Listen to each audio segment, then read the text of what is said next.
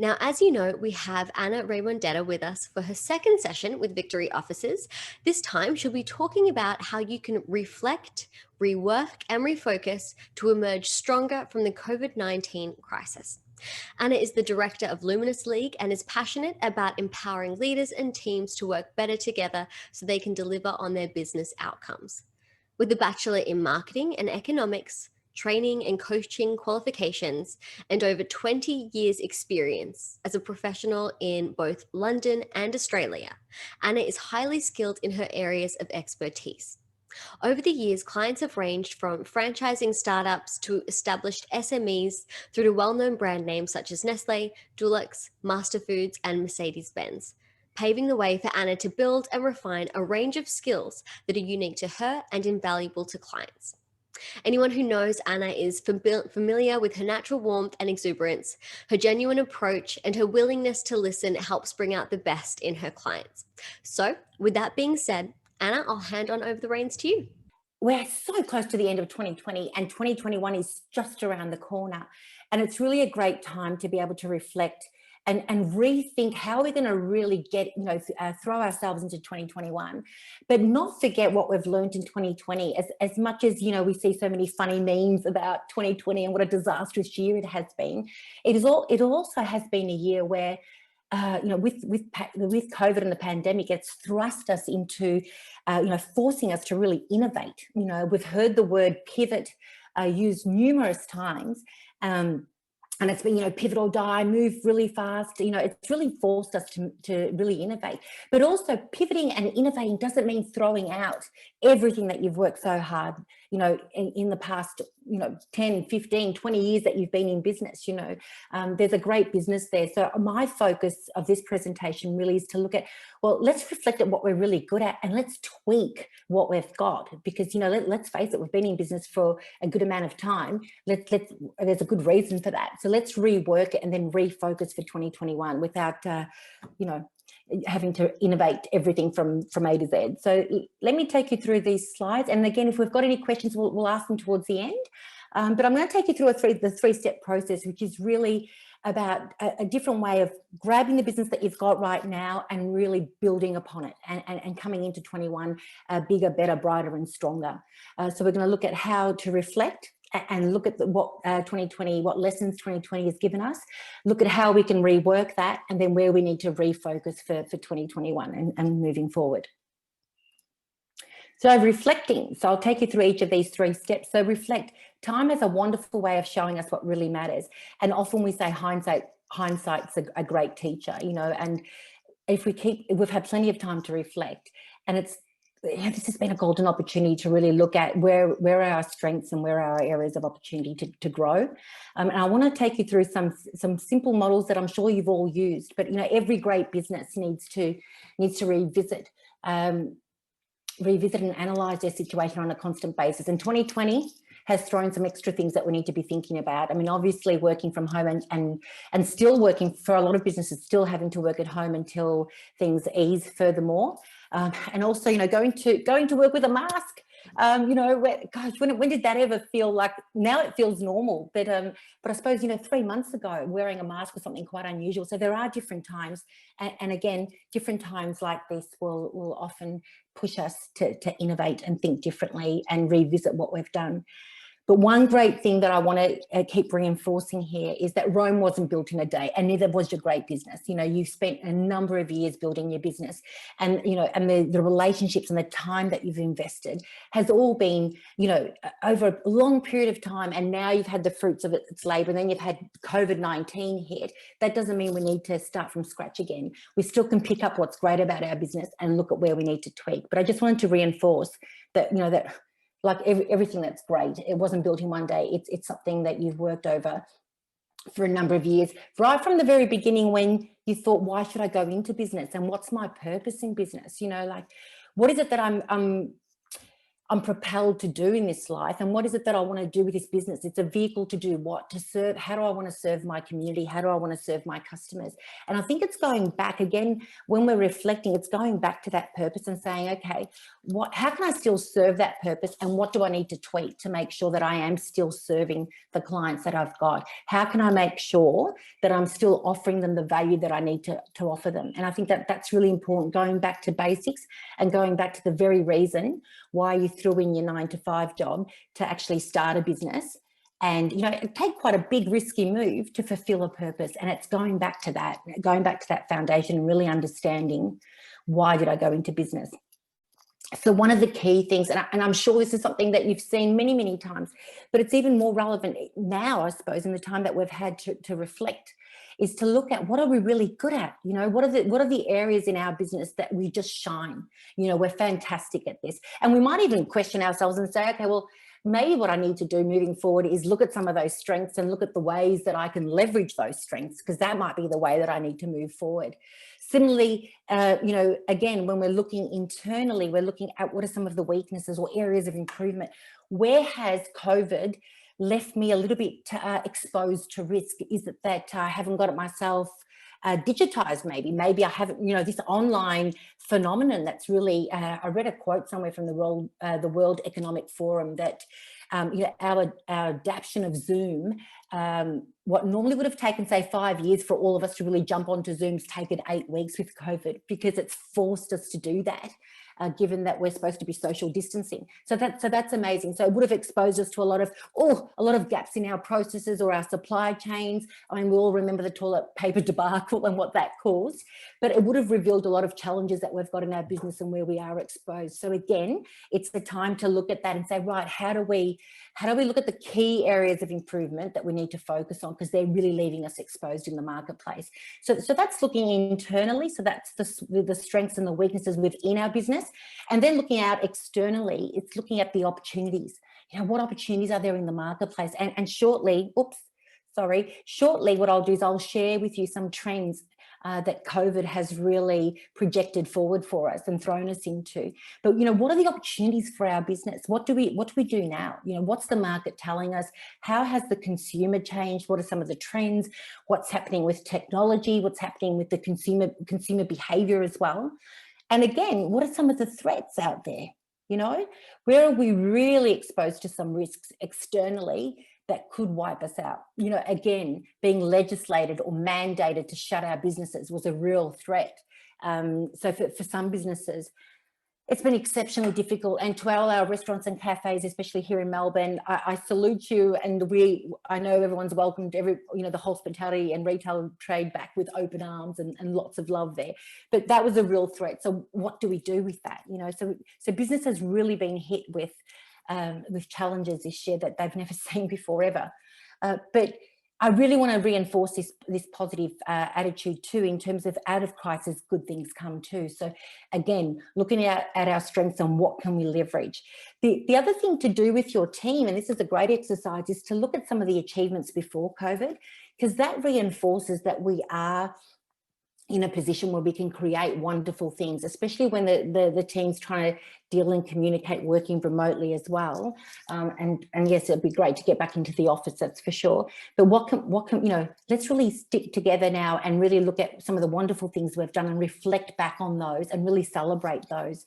I think that's really important. So focus on some of our great achievements. What can we leverage? And then what are some areas that if we were just a little bit stronger at? We're good at it, but we can be great. That would really propel us forward as well. Areas to improve, we talk about that. What I want to focus on here in the SWOT is pick three areas that are really your biggest pain points and focus on those, rather than try and fix a whole heap of areas that are frustrating you. Really focus on the top three.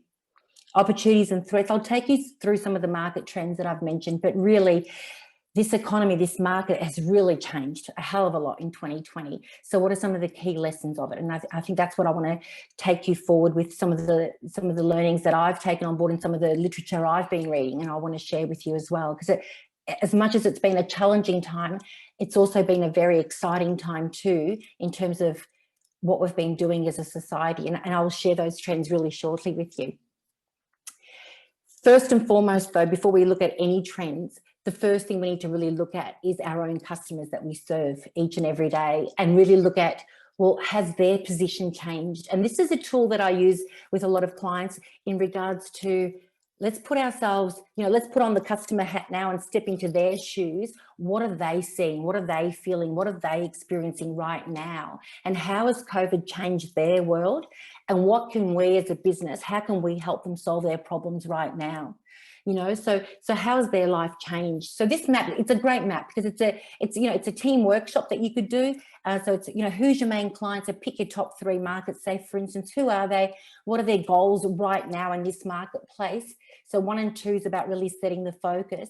3, 4, 5, and 6, which is see, hear, say, and do, think and feel.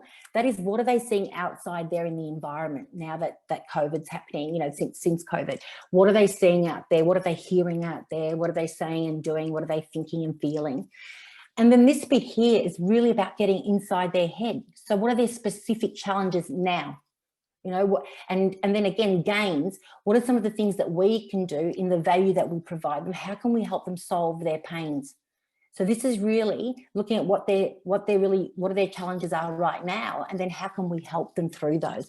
This is, aside from trends and market trends and all that sort of stuff, the first thing that I would say is look at those customers and the ones that have been with you for a long time, that know you very well, and really now start a lot of the conversations with them and get to know what they're thinking, feeling, hearing, and what their specific challenges are right now and what they're looking for. And I think that's really important.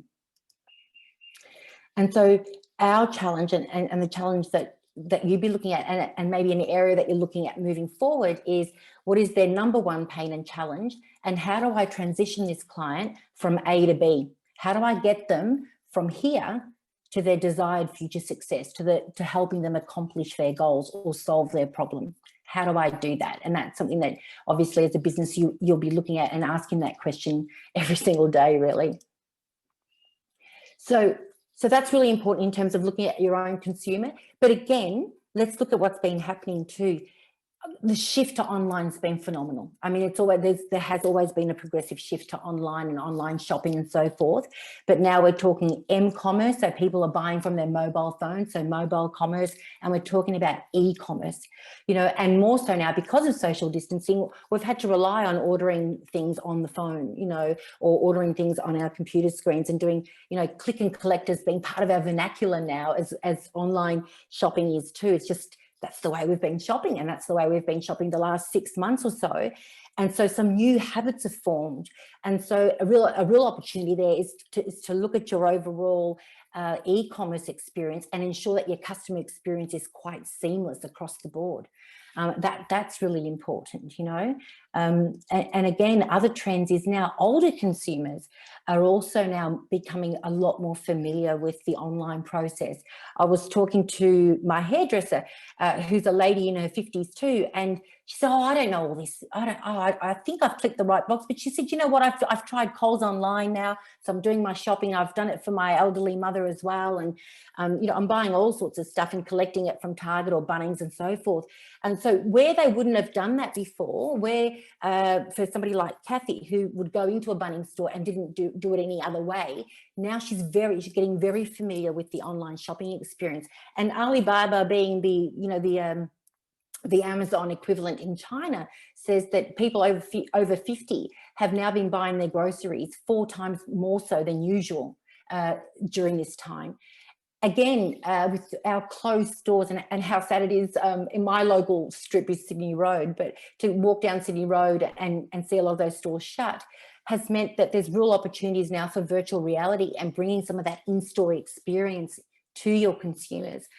So that's been a real opportunity, being able to bring the in-store environment or experience virtually to your consumer is something else too.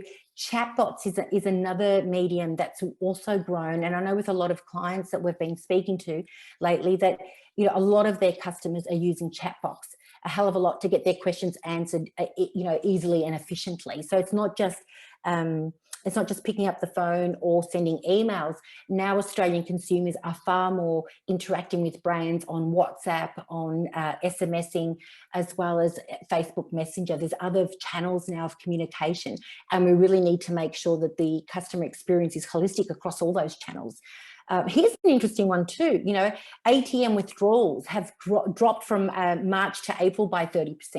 And you could probably say, okay, that could be a total COVID, a direct response to COVID, but they're also down 40% from a year ago.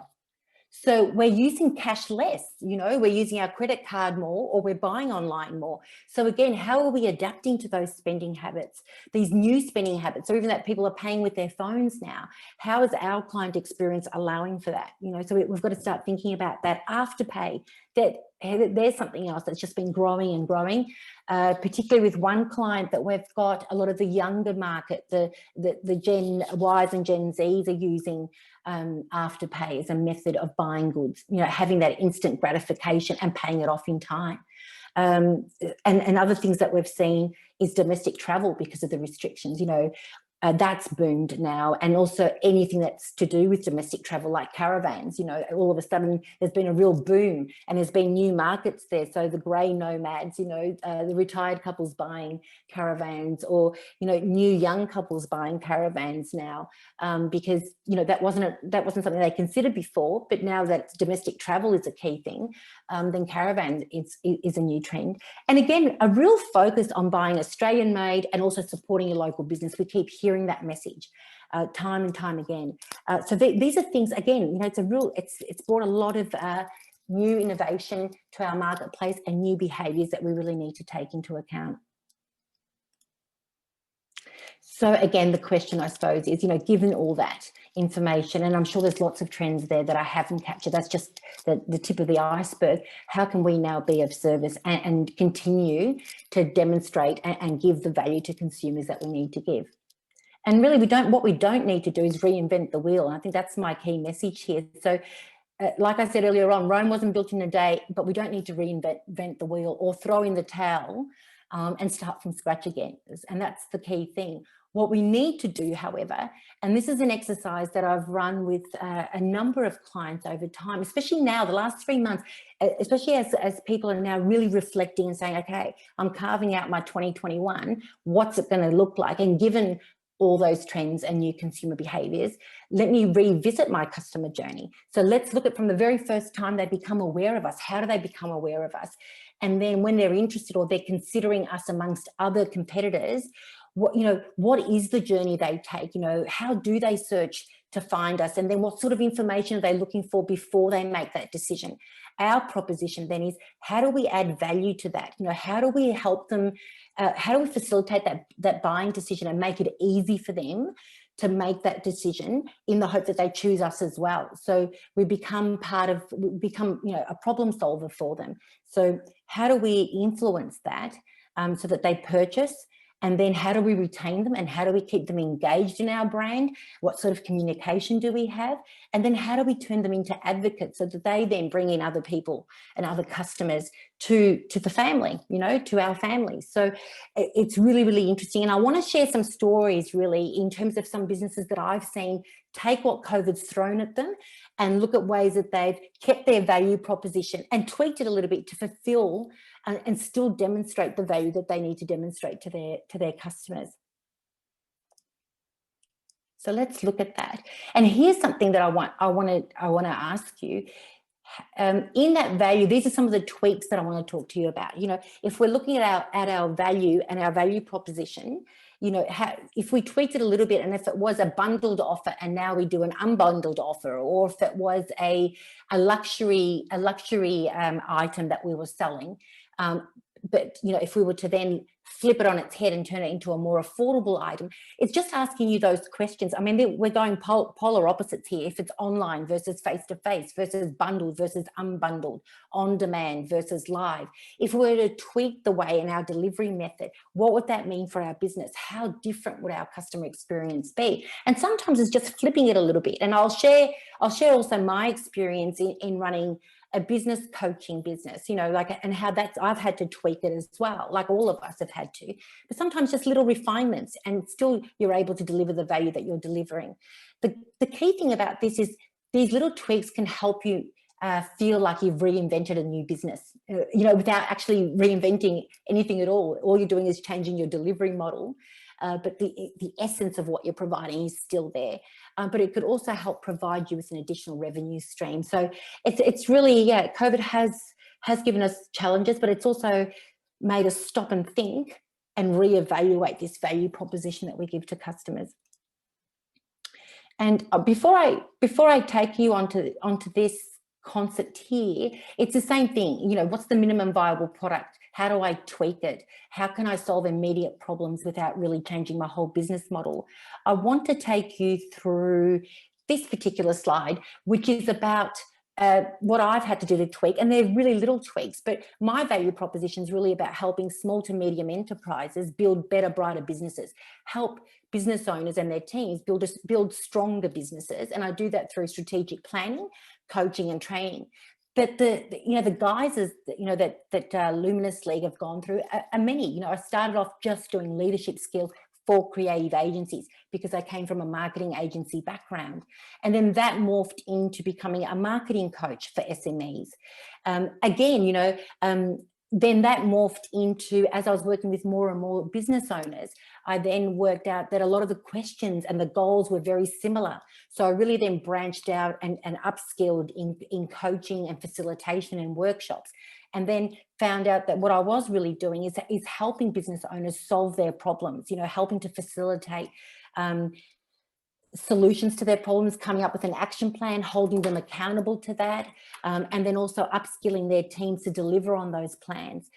From that was a lot of face-to-face time that also morphed into delivering Zoom meetings. And since COVID has hit, a lot of that's now that it's opened up new markets for me. Instead of just thinking Melbourne bound, really, why does it matter if it's Melbourne or if it's Queensland or Sydney or even if it's international? Because Zoom has opened the doors now to many more opportunities. Which is fantastic, you know. So that's been a really great thing and helped me to think a little bit wider than what I initially thought. Then again, moving into, hang on a minute, I'm really passionate about helping women entrepreneurs. So maybe I could look at a community membership model and again do group coaching with women who are starting out in business or have been in business for 5 years. So looking at building, again, same sort of value. I'm still helping everybody build better, brighter, stronger businesses, but in different guises. So whether the delivery model is just tweaked, the content is the same, you know, and the value proposition is still the same. All I've done is repackaged it or called it something else, tweaked it and improved it.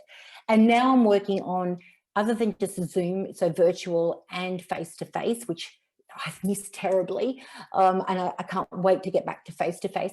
Also looking at providing some online courses as well, which will be another revenue stream. So again, you know, COVID has forced me to look at the value that I'm offering and how I do that.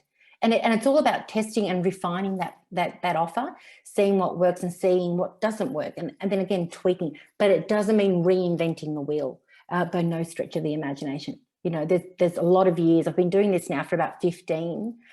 So it's looking at how do we adapt, you know, to helping customers clients fulfill their, find solutions for them. Now, here is a wonderful example of a business that would have initially felt quite devastated by COVID, and it's a great story. And this is something that I read just recently in Smart Company, and I was so elated when I read it because Fun Lab are a business that are focused on events. So they run events for Strike Bowling, and they do also events like escape rooms. So they've gone from escape rooms to escape Zooms, which I think is fabulous. If you think about it, they've really just thought outside the box. And what I love about this is that they didn't do it intentionally. So in March, when they had to close a lot of their venues, and there was also 1,600 people on their books, that were sitting on their hands basically idle because, you know, COVID struck. What they did is put together an internal ISO calendar of Zoom activities just to really keep the team morale and spirit up. And from that, what they then started discussing and talking about and ruminating about was, virtual parties. And then sooner or later, by June, they were running virtual parties. And then they started running escape Zooms instead of escape rooms. So they were employing a lot of their graphic designers and building different rooms, so it might be like a castle, or it might be a pirate ship. And then what they would do is give the audience different options. So what do you, here are some clues, and here are different options. Which option are you going to go for, so that they can escape? And again, do this on a virtual basis. And that's a wonderful way to take a face-to-face platform and turn it into a virtual one. And of course, they've got a lot of corporate clients as well that have just taken it on board. And this is something, I think, again, I'm quoting Smart Company here, but I think it's now close to generating a revenue of 2.5 million. And this was a product stream, a service stream that never would have come about if it wasn't for COVID and for having to really reinvent the way they do face-to-face. And by doing that, virtually now, they're now looking at the global market. And I love that story, because it happened. It seems like it happened accidental, but it's now really taken off. And I think that's wonderful. Another one is Flight Centre. Again, they have, I think the loss is phenomenal. What was quoted in the press, something like $827 million lost, which is just phenomenal when you think about it. But what they've done now is they understand the desire for local experiences, and that domestic travel is the trend. So what they've done now, and experience-based travel. So what they've done now is just recently partnered with Travello, which is again, it's an app, and it's about providing virtual travel experiences. And also it's also a social app where I think you can, and correct me if I'm, you'll probably, somebody probably knows Travello a lot more than what I do. I just know it on a very top line basis. But what I understand is you can connect with other travelers, and meet and organize to meet in certain places and so forth. But they're thinking outside the box now.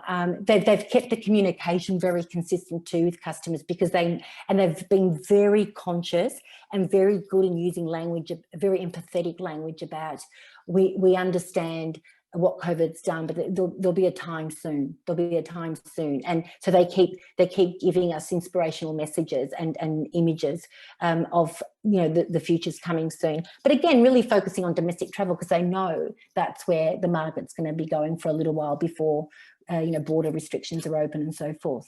So again, they're being innovative. The other great thing here that I think is phenomenal is, who would have thought that you do telehealth for going to see the doctor? And I've used this for my sons as well as for myself. And initially I scoffed at it and thought, oh yeah, like really? I mean, how's this even going to work, But it's been great. And I found I'm not sitting in waiting rooms. The doctor actually rings me when they say they're going to ring me. They'll ask me a few questions. I can get prescriptions really quickly. And from a service and convenience perspective, for me personally, it's been wonderful. When I'm helping my elderly parents, not so great, because obviously they need to see them, but that's okay. We then organise some visits, face-to-face visits there where we need to. But telehealth now is going to be another stream for health. And health really, I think we're all very familiar with sitting in doctors' waiting rooms, and the appointments at 4 and 5 o'clock, we're still waiting, and we're reading magazines from 2012 about news we're already very familiar with, and it's really old. So, it's a begrudging experience to go visit your doctor. But one client that we've been working with that I'm really excited about, and who've really grasped this prior to COVID, is a company called Health Mint, who really have taken the health experience and taken it to another level. I mean, this is their waiting room. So they've really created a really homely experience, and again, you book online and you slot in, you don't wait. You book for your 15-minute consultations. There's a concierge when you walk in. And so telehealth's been another stream for them. But there's going to be really for the health sector, there's some real innovation there, and technology is playing a massive role in making it easier for patients like ourselves who go in, who are already feeling quite sick, and let's face it, quite miserable when we're getting in there, or quite worried and concerned. And the last thing we want is to have a miserable experience waiting to see the doctor. So there's a real golden opportunity there, and I'm really proud to see that these clients are adopting it. And I think moving forward, it's going to be a good thing for all of us. So they're just some stories, and again, if we've got time, and I think we will have some time, I'd love to hear some of your stories too, if you've got any to share. But here's now about refocusing. What do we choose to focus on? So we've reflected, we've looked back, and it's important to really focus on what we do exceptionally well. Look at the areas that we need to improve on. Celebrate as well the things that we've did so well, but also take note of. Another thing in reflecting is also projecting too. And what I mean by that is, if I was to say to you, where would you be in 2 or 3 years? And what would you like your achievements and strengths to be then? That's another really good question to be thinking about, because that will get your brain and your team thinking about innovation and accolades that you want in the near future. I'm not talking about in 10 years, but I'm talking in the next 2 to 3 years. Where would you like to be? So how do we choose where we want to refocus? And I think that's really important. And I'm going to take you to that phase now. So we reflected, we've looked at what we need to rework, and part of that was the minimum viable product. So something that we've got, how do we tweak it and then put it out into the marketplace and test it, and just do real tweaks there. I think it's really important. The next phase of that now is refocus. And let me take you on that part. So what should you be focusing on? Really, in your time of reflection, and spend a good chunk doing that, some common themes with your team will come up. There'll be areas that you will all have referred to. So when you've done your planning session and you've looked at all the wonderful things that you've done that have done really well and the areas where you need to improve, you'll start seeing some common themes. So start really marking those and look at them, if your list has got 30 things, bring it down to your top 5, for instance, and then again, bring it down to your top 3. And what is it? You might choose an area of strength that you think, for instance, like HealthMe, they've already been great with technology. They can just keep leveraging that strength because they've already got some runs on the board, so they can keep running with that. So that might be something that they're going to really focus on, and that I would advise they focus on. But for other businesses, it might be looking at, oh my goodness, we've been really slow to market with our online experience. We really need to ramp that up now because COVID's shown us that we're really quite exposed there. So that could be something that we need to focus on. But really, it's looking at areas, it might be something completely new. It might be that you have decided there's a new market or a new customer base that you want to focus on with the experience and the IP that you've got, that you could serve a new community. And again, that could be something to do. But decide collectively as a group where you want to focus on. And my key thing there is to focus on only 1 or 2 goals and really smash them out of the park and focus on nothing else other than those 2 goals. And when I say nothing else, what I mean by that is focus on 1 or 2 strategic goals and then carry on with running your business.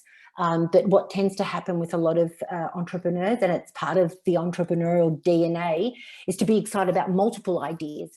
But when we become really excited about multiple ideas and multiple goals, we don't really do a great job across spreading ourselves so thin. So it's really important that we just focus on 1 or 2 things that we know that if we really did them well, would take us from here to here with our business, from level A to level B. And that's what we want to do. We want to really focus our time and our energy on just the 1 or 2 things that we're going to really, as a team, get right behind it. So here are some really good questions, and I'm more than happy to share these slides with you. The term here, WIG, is something that I've taken from a book called The 4 Disciplines of Execution, an exceptional book on strategy and fulfilling goals. But here are some really good questions. What could we do that we've never done before that might make all the difference in helping us achieve our really important goal? Think about that. What could we do that we've never done before? That's if we're trying something new. If it's a strength, what strength could we leverage, and how, and where, if we really focused on that, where would that take us, Or what do some of our best performers do differently? How could we really take that from A to B? And again, what's an area of weakness that if we really focused it and shut and mitigated that area of weakness and closed that door, that gap, could really get us to that next level? Again, that's really honing in on what goal you're going to choose. And then once you've worked out that one goal, so let's just say one goal for now, then it's another brainstorming activity around, well, what are the activities that we need to focus on that are going to move the needle on that goal? And let's have a look at this next slide here, which is about, okay, so what are those activities that we're going to focus on? So let me give you an example. So that this is, again, putting it down to very basic levels. When we talk about a sales goal, for instance, you know, we say, right, we need X amount of sales. So that's the goal. That's what we're going to focus on. The brainstorming session then would be about, well, what are all the things that are within our influence that we know that if we spent time doing would really help improve our sales? Not the things we can't control, but the things we can control. And so you'll have some robust discussions around, right, we've got to make X amount of phone calls. We've got to send out X amount of proposals. We've got to make X amount of follow-up calls. We've got to set up X amount of meetings.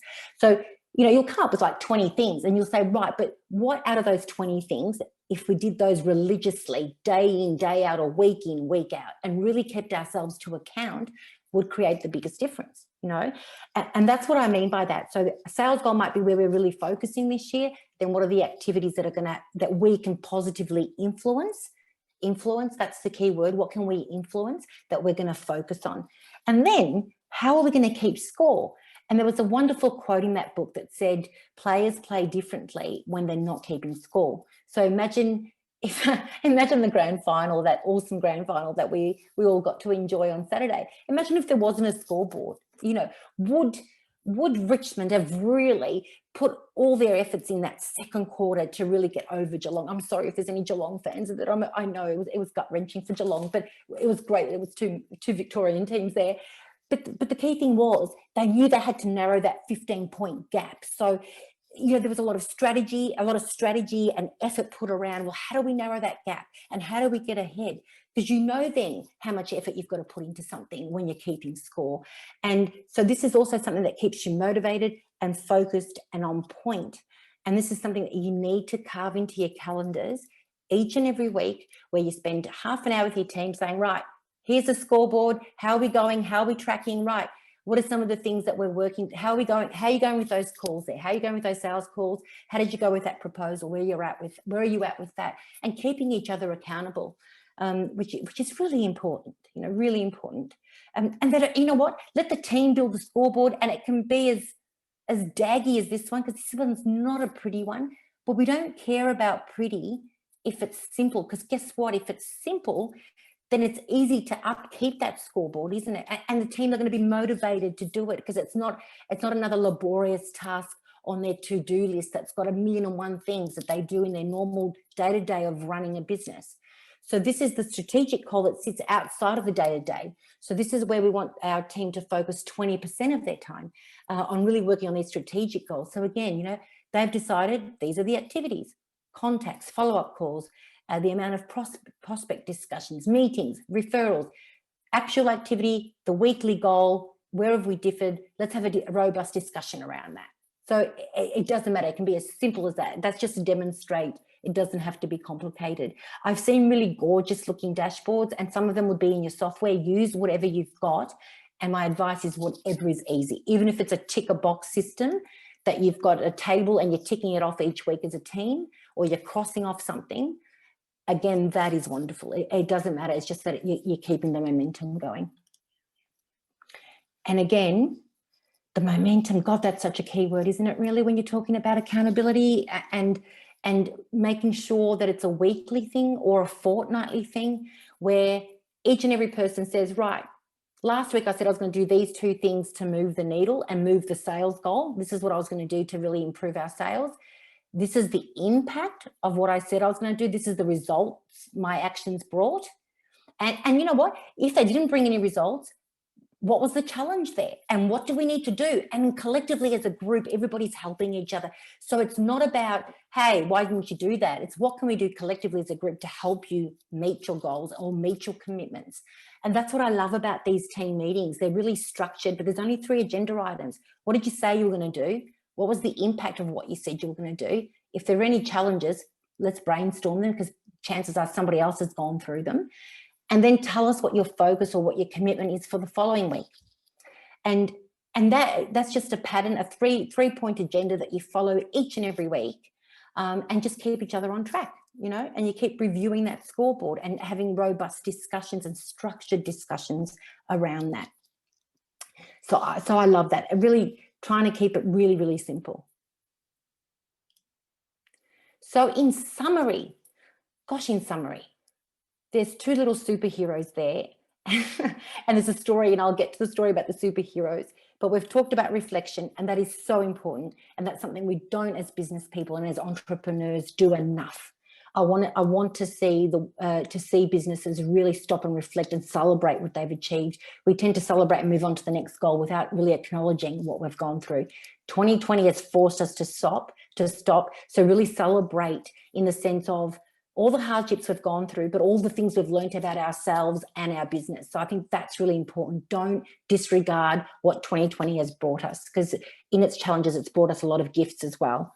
2, rework how you deliver value and tweak what you've got. You've got a great business. Maybe it's just another way of how you deliver the same amount of value, but reimagine what it is that you will deliver by really revisiting that customer map and saying, who are my ideal customers?